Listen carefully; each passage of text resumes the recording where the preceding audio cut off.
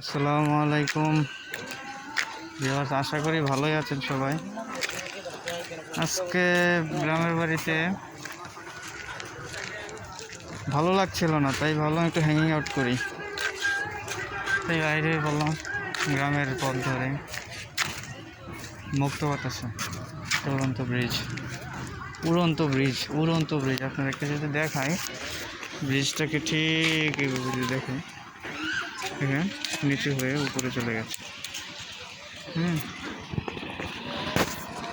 একটা বিষয় শেয়ার করি আপনাদের সাথে। এই যে আমি মাস্ক পরে আছি,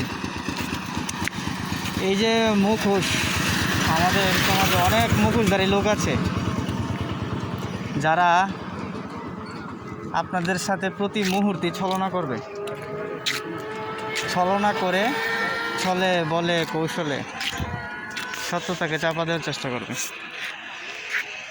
প্লিজ আপনারা তিনটা মানুষ থেকে খুবই সাবধান থাকবেন। যে কথা দিয়ে কথা রাখে না, আমানতের খেয়ানত করবে আর মিথ্যা কথা বলবে, তাদের দ্বারা ভাই আপনি কোনোদিন উপকৃত হবেন না।